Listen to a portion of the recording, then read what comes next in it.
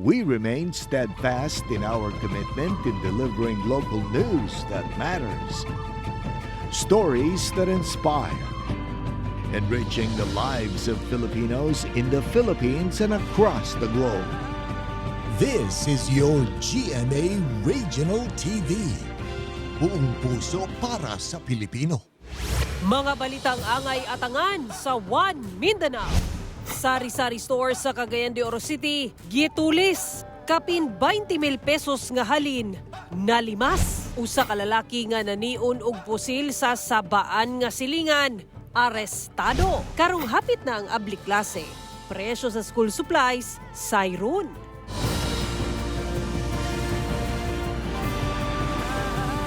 Ito ang GMA Regional TV, One Mindanao.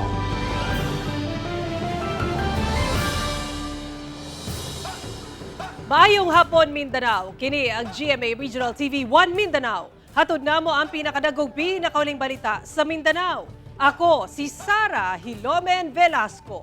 Live gikan dinhi sa GMA Davao Complex. Cyril Chavez naggikan dinhi sa GMA Cagayan de Oro Station.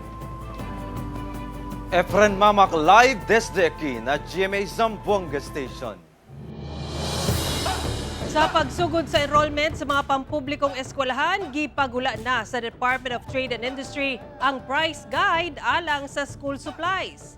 Atong sayron ang mga presyo, pinaagi sa report ni Argil Relator live. Argil.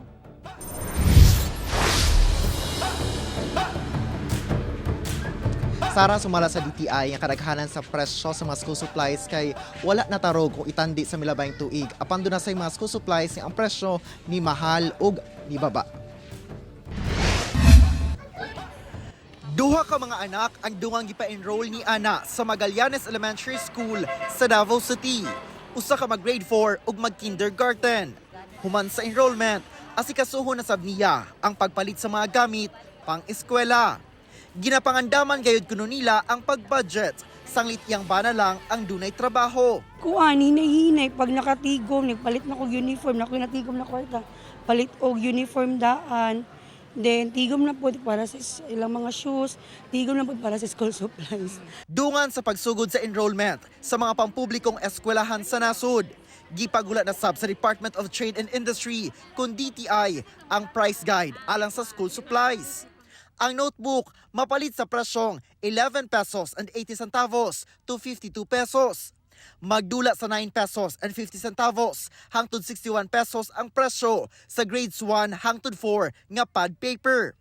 Ana asab sa 13 pesos and 80 centavos hangtod 48 pesos and 75 centavos ang presyo sa intermediate pad paper. 11 pesos hangtod 33 pesos ang lapis. Samtang 3 pesos hangtod 33 pesos sab ang ballpens. Ang box sa crayons nga dunay 8 ka color, ana sa 12 pesos ang regular, hangtod sa 65 pesos ang jumbo. 32 pesos ang 12 color, 24 hangtod 83 pesos ang 16 color, og 34 hangtod 114 pesos ang 24 color crayon pack. Ana sa 15 pesos hangtod 69 pesos ang tahal. 16 pesos hangtod 29 pesos ang rulers. Og 4 pesos and 50 centavos hangtod sa 20 pesos ang erasers. Sumala sa DTI sa 117 nga stock keeping units, 80 niini ang wala na usab ang presyo. Siyam ang miubos ang presyo, samtang 28 ang dunay pagsaka sa presyo. Abiso sa DTI nga sa pagpamalit og school supplies, kinahanglang i-check ang label sama sa pangalan ug address sa manufacturers o importers ug ang ihap sa leaves, labi sa notebooks ug pad paper. Kini aron masuta nga miagi sa saktong proseso ang pagpresyo sa school supplies. Sara, alangad to sa mga ginikanan nga nagdagay notes sanglit dili lamang usa ilang estudyante o more than one o duha o tulo, so kailangan din mag-budget sa ilahang kwarta. Mamahimo man nga upili atong mga school supplies nga ni barato karong tuiga o dili baha katong pinakaubos og presyo base sa price guide. Sara. Okay, daghang salamat Argil Relator.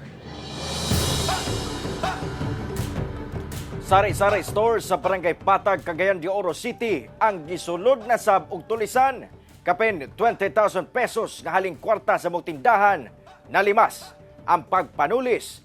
Nahuli kam Ani ang report. Kini ang aktual nga kuha sa CCTV camera sulod sa usa ka sari-sari store sa Barangay Patag, Cagayan de Oro City niadtong July 2 pasado las 9 sa gabi. Sa maong video, makita ang usa ka lalaki nga naka-raincoat ug adunay suot nga helmet. Gilayon siya miduol sa tindera sa mong tindahan ug daw adunay gipalit. Wala madugay, migawas ang lalaki sa tindahan ug migawas sab ang tindera. Apan, kalit silang mibalik sa sulod sa tindahan. Diyang nakatutok na diay ang kutsilong dala sa lalaki ngadto sa biktima. Gilayon ni ining gipanguha ang kwartang halin sa mong tindahan. Nakahinabi sa GMA Regional TV 1 Mindanao ang tinderang si Graciela Baal. Matud pa niya nga mipalit ang sospek sa ilang tindahan og diyang migawas na siya aron inaog ang roll-up door. Diyang mideklara og tulis ang sospek. Tungod sa nerbiyos nga gibati, wala siya nahimo og nahatag ang ana sa kapin 20,000 pesos nga halin sa tindahan. Nanguha na din siya diri og kwarta, siya rin nangabri sa hunos. Yang ang mga pinapel na kwarta iyan ang ipanulod sa bulsa. Nagdakaana pa din siya nga ang mga sinsilyo isulod sa ikubag. Nagpatala na sab sila ngadto sa Carmen Police Station aron masubay ang insidente. Nasayrang ang insidente sa mong sari-sari store. Nahitabo human ang insidente sa pakyas nga pagpanuli sa lugawan sa Barangay Bulwa, Kadlawon niadtong July 2. Sumala sa Police Regional Office 10, nakaabot na sa ilang buhatan ang sagunson nga insidente sa pagpanulis sa mga patigayon sa Cagayan de Oro City nga susama ang modus. Busa, gimando na nila sa kokpo ang paspas nga kasulbaran sa maong mga insidente. Pagatutukan, paghimuan gyud investigation and of course intelligence monitoring sa maong sospechado kay kung atong makita pareho-parehos lang og mga modus no diin ang aduna siya ginagamit nga kutsilyo sa paghimo sa maong pagpanulis. Kauban si Jaybert Pairat sa kamera. Ako si Cyril Chavez para sa One Mindanao. Miabot na sa kapin 20,000 ka magbanay ang apektado sa halapad nga pagbaha sa Maguindanao del Sur tungod sa nasinating sa gunsong pag-ulan sa probinsya. Dugang detalye sa report ni Justoni Humamil.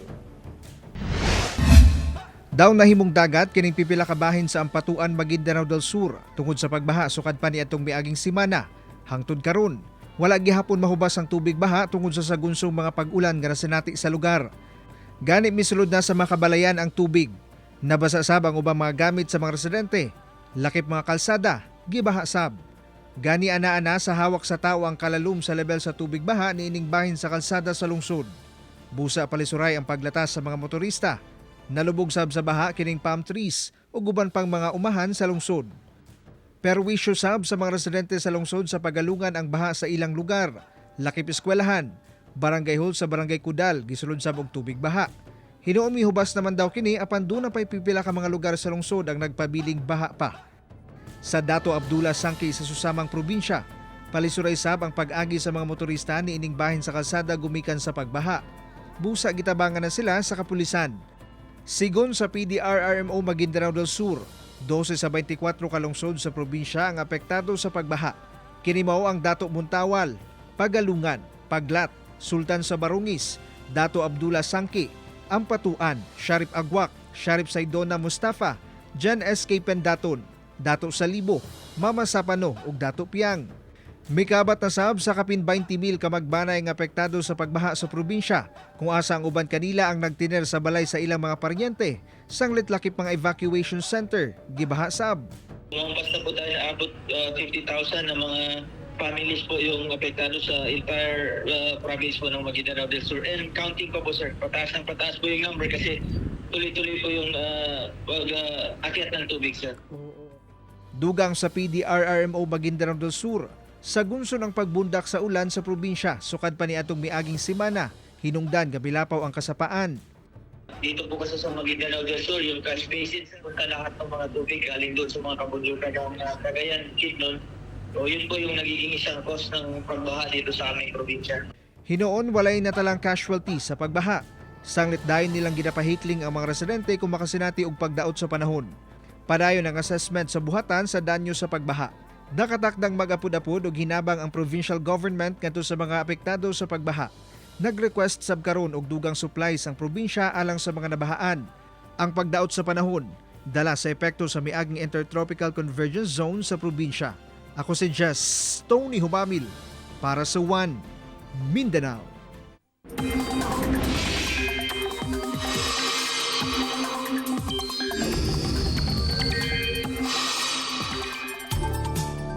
Ulanon gihapon ang dakumbahin sa nasod ilabi na sa Mindanao epekto sa Intertropical Convergence Zone o ITCZ ug easterlies. Walay na monitor nga low pressure area o bagyo sa Philippine Area of Responsibility apan sumala sa pag-asa makaapekto sa panahon sa nasod ang Intertropical Convergence Zone o ITCZ ug easterlies lakip sa Mindanao. Base sa datos sa Metro Weather, posible ang ulan sa Zamboanga Peninsula, Sulu Archipelago, Northern Mindanao, Sorsogon, Caraga ug Davao Region. Dunay kusog nga mga pag-ulan nga posibleng magpabaha o magresulta sa landslide. Busa magpabiling alerto sa kanunay mga kapuso. Lubak og daot nga dalan pasulod sa usa ka barangay sa Upol, Misamis Oriental nga dugay nagagireklamo sa mga residente ang giaksyonan na. Ari ang balitang barangay ni James Paulo Yap. Dugay na nga ginareklamo sa mga residente sa usa ka subdivision sa barangay Malanang, Upol sa Misamis Oriental. Kining halos 4 ka kilometrong dalan nga pasulod sa ilang subdivision. Ang itsura daw sungkaan. Ang kalubak sa dalan ug ang ubang parte sa dalan nang liki na. Sigon sa usa sa mga residente sa lugar, nga sukad na tukod ang mga dagkong bodega sa ilang dapit, naguba sabang ilang dalan tungod sa nagaagi nga mga dagkong nga truck. Sa dugay nga panahon nga gaantos gid mi nga sige ka pakong-pakong nga usahay manirbyos pud mi sa among sakyan kay tungod sa kadako sa guba sa kalsada kay nang liki kay dagko na kay mga truck mga agi. Matod sa Upol LGU, nga nadungog nila ang sentimento sa mga residente. Gipasabot sab nila nga anaako ni Convergence Project ang Department of Tourism ug Upol LGU aron ma-repair ang naguba nga dalan sa lugar. Ilabi pa nga daghan ang tourist sites nga makabenepisyo sa maong dalan. Gani gisugdan na kuno ang rehabilitasyon niini nga mokantidad og kapin 45 million pesos. Nangayo sab sila karon og pagsabot sa mga residente samtang nagpadayon ang maong proyekto. Nalipay gyud mi nga ang kalsada kuan na gyud gi-repair na gyud. Nalay sometimes nga kung kusog ang ulan malapok-lapok lugar siya. Pero hangyo lang ko nga hatag lang talugway usahay malapok karon lang yun nga malapok inyong sakyanan pero pag-abot sa panahon haruhoy na ato ang pagpadagan. Kauban si Bacoy Sempron sa kamera. Ako si James Paulo Yap para sa One Mindanao.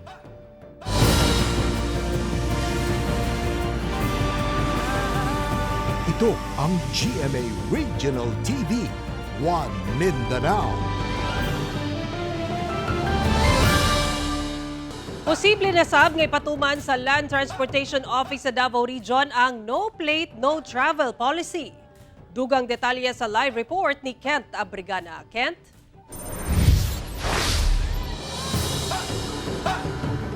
Sara, nagpahimangno ang LTO ngadto sa mga motorista sa Davao Region nga wala pay plaka nga makikoordinate na sa ilang mga dealer. Una ang posible nga pagpatuman sa No Plate, No Travel policy sa Davao Region. Human ang pagsugod sa pagpatuman sa No Plate, No Travel policy sa Quezon City niadtong July 1. Mingon ang Land Transportation Office 11 nga posible sab kini nga ipatuman sa Davao Region. Sumala pa, ginapaspasan na nila karon ang pag-distribute sa mga plaka, ilabi na sa mga dealer. So what we're doing right now is paspas po ang among pag-distribute sa mga plaka. Naghatag mi og mga plaka especially sa dealers nato, no? Kay sila man gyud ang nakabalo sa ilang mga buyers. Wala na sabmatod pa'y backlogs ang LTO 11 sa plaka sa 4-wheeled vehicles. Gawas na lang sa mga hybrid 4-wheeled vehicles sama sa e-vehicles. Katong 2015, remember na atay plaka nga medyo na hold to for a while. Ang tawag man ato replacement kay existing naman tong mga sakyanan, gi-replace lang itong mga plaka. So naay ubay-ubay atong 2015 nga wala pa na produce. That's only 2015. So 2016, 2017 up to present naana ng mga plakaha. Gani, gibutyag niini nga duna pa yung mga backlogs sa motorcycles.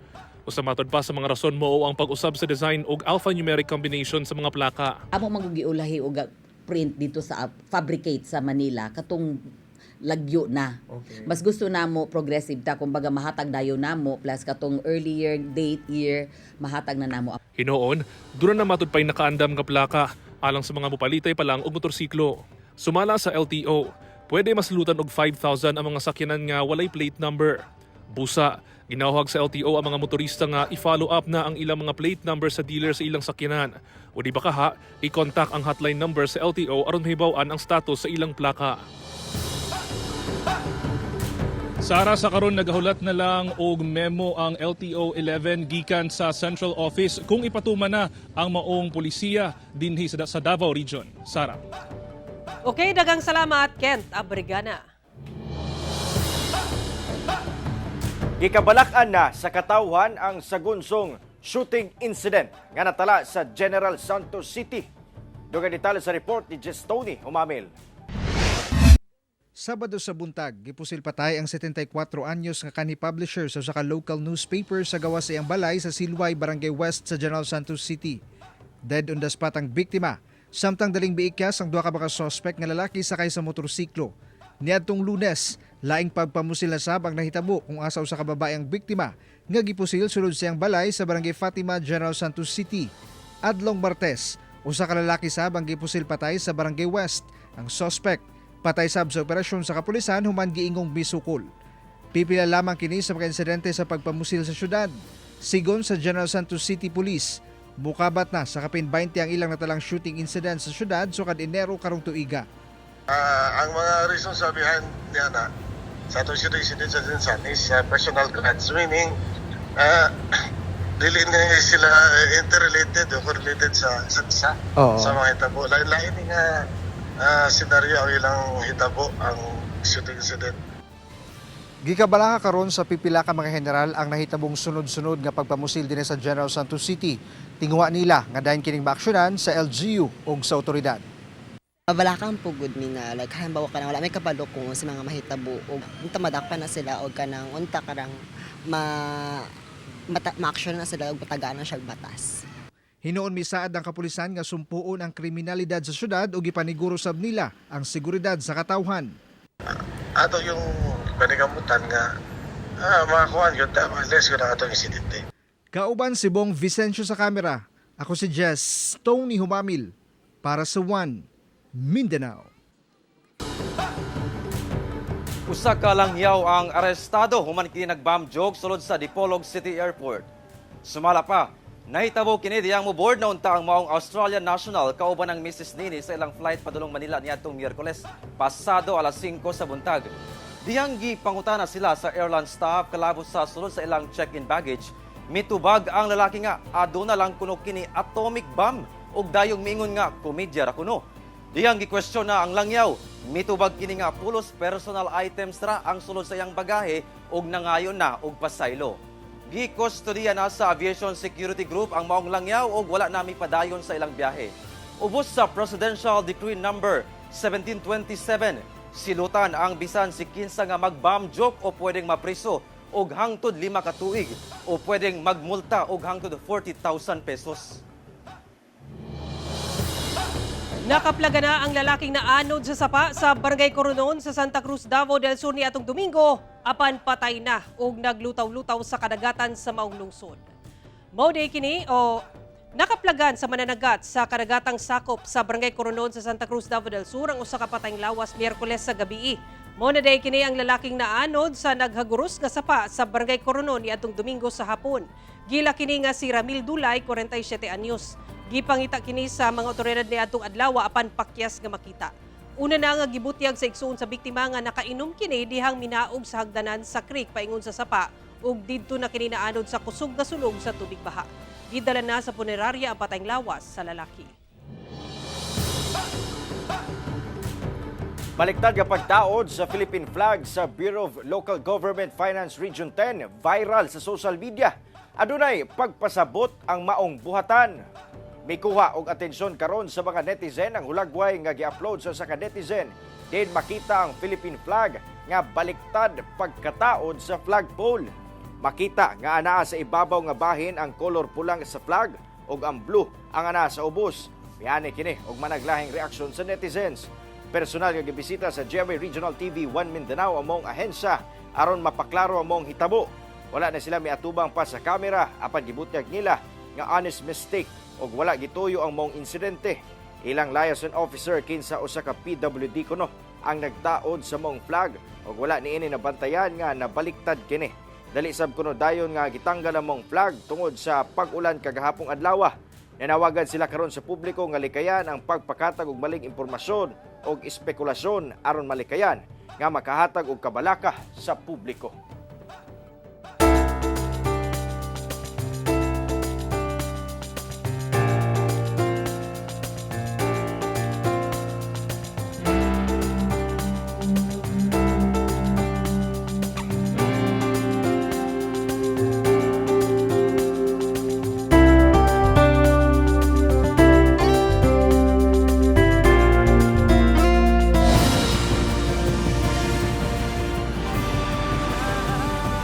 Ito ang GMA Regional TV, One Mindanao.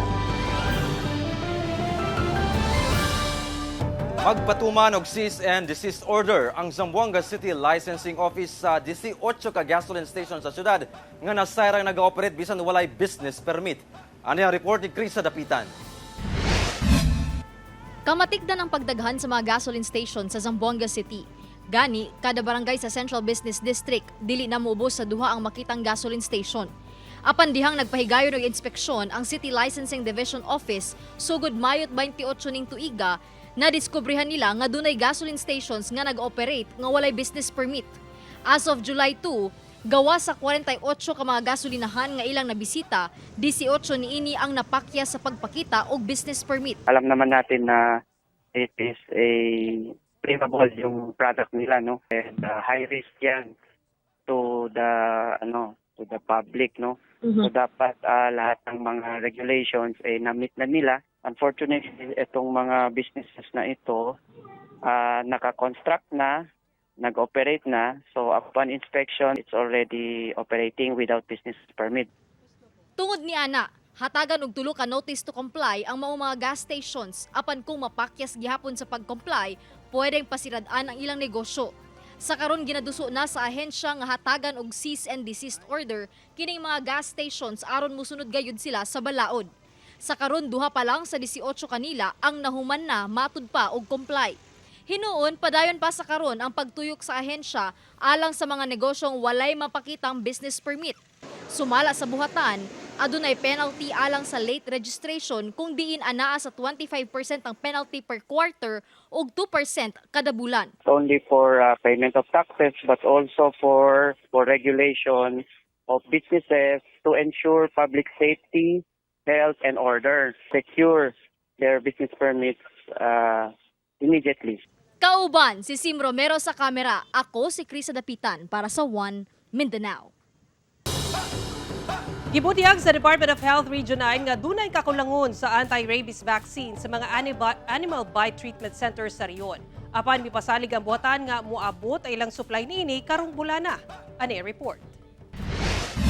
Gilayong gidala sa inahan nga si Resli Abdullah ang iyang anak sa Animal Bite Treatment Center sa City Health Office sa Zamboanga City aron mapabakunahan og anti-rabies, humanapakan sa iring ang kamot niini. Kasi nawakan niya yung pusa na buntis na siguro hindi niya kilala bago lang niya nakikita kaya yun nakagat siya. Mausab ang gibuhat sa estudyante nga si Daryl Liguden, humanapakan sa iro ang iyang kamot. Kinagat po yung kamay ko ng aso sir habang naglalakad po kami sa tindahan sir. May na lang kay naswertehan sila nga makabenepisyo sa pinakaulay na lang nga supply sa bakuna gikan sa DOH-9. Kahinumduman nga nakasinati og kakulangon sa supply sa anti-rabies vaccine ang DOH-9 sulod na sa pipila ka adlaw. Hinungdan nga namalit na lang sila sa mga pribadong parmasya. Hinuon, nakaprocure na ang buhatan sa maong bakuna sa kantidad nga 4.2 million pesos nga laumang ma-deliver na sugod karong bulana sa mga animal bite treatment center sa rehiyon. We have tight supply of ARV, not only in the region but for the entire country, but we have already distributed our supply here at the regional cold chain to the ABTCs, and we are expecting delivery po ng local procurement, ng regional procurement ng ARV, and also we are in communication with the central office for the downloading of additional ARV.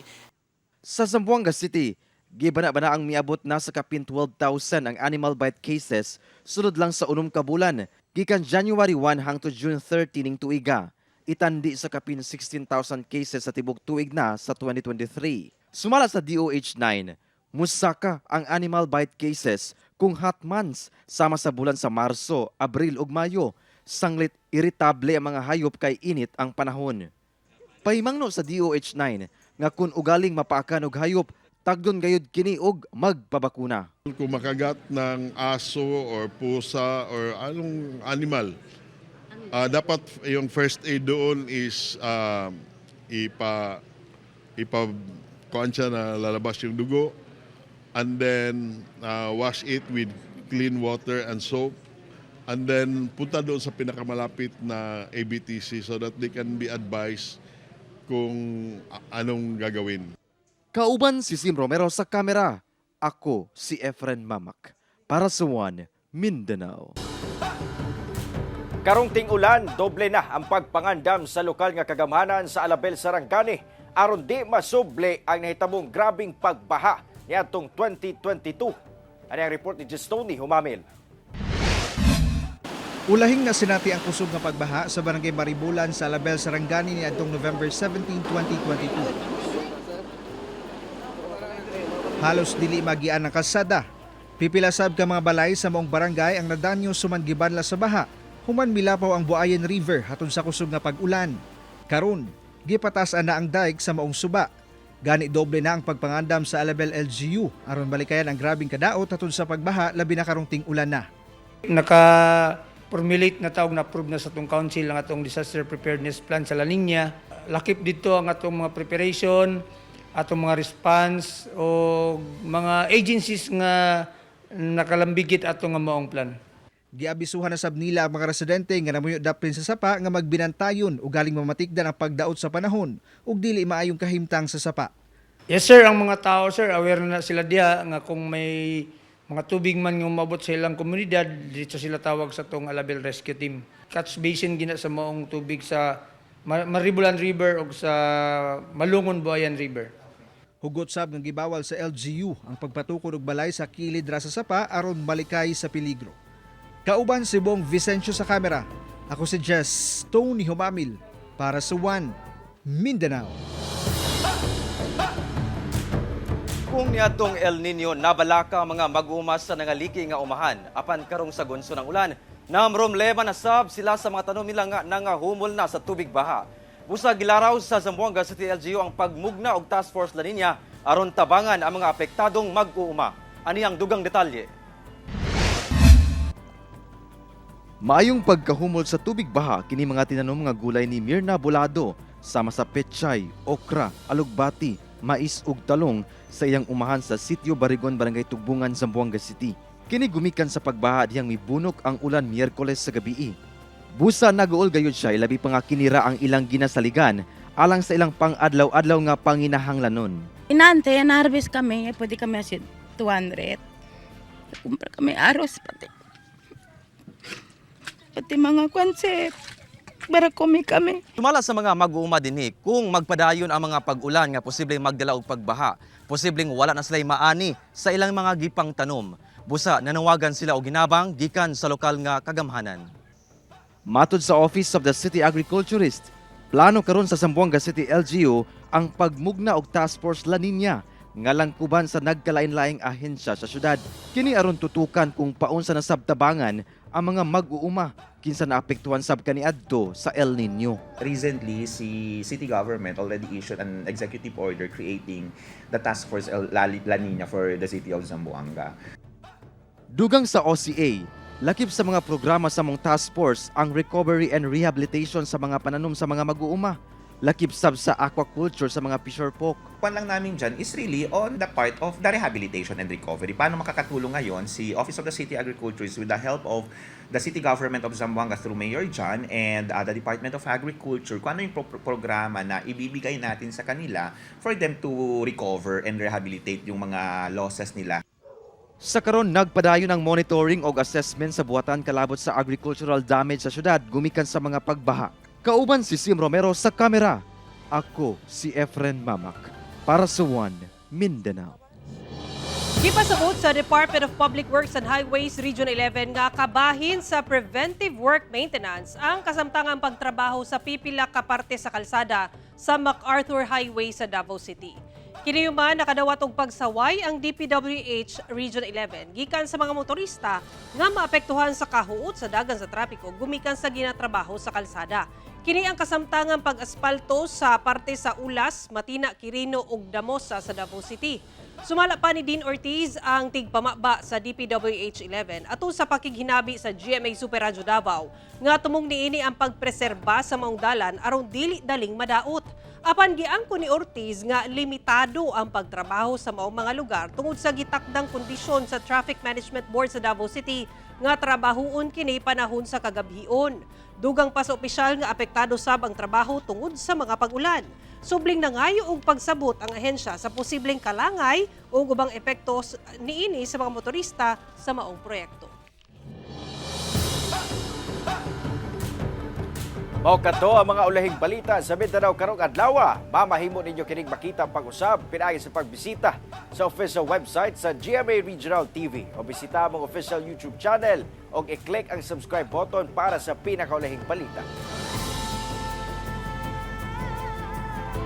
Muchísimas gracias sa ato mga kapuso sa Mindanao nga nagalantaw kanamo o sa ato mga kapuso abroad. Padayon lang sa pagtutok sa mga lokal nga balita matag adlaw tungod sa GMA Regional TV Local News Matters. Kami ang GMA Regional TV 1 Mindanao, tibok pwersa para sa mas dakong misyon ug mas halapad kapag serbisyo sa nasod.